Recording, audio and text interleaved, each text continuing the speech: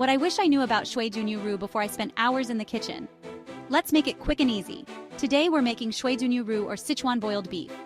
Start by slicing 1 pound of beef thinly. Marinate with soy sauce, cornstarch, and a pinch of salt. Let it sit for 20 minutes. Meanwhile, get your broth ready. Boil water, add Sichuan peppercorns, garlic, and ginger. Now, let's bring the heat. In a hot pan, stir-fry some chili flakes and oil until fragrant. Pour this spicy oil into your broth.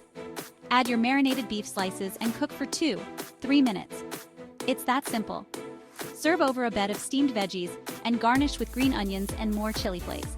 There you go, a spicy, savory shui junyu roux in no time. Subscribe for more easy recipes.